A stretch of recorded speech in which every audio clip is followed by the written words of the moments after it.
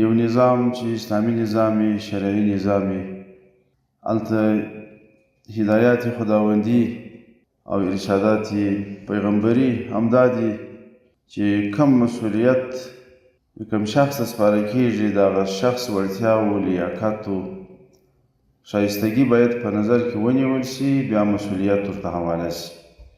او اسلامي امارت د دغه هدایاتو په رڼا کې مخته روان دی.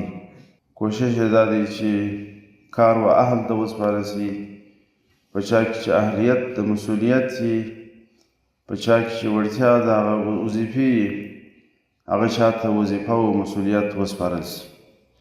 لکه څنګه چې خداوند متعال جل جلاله فرمایلي ان الله یأمرکم ان تؤدوا الامانات الى اهلها.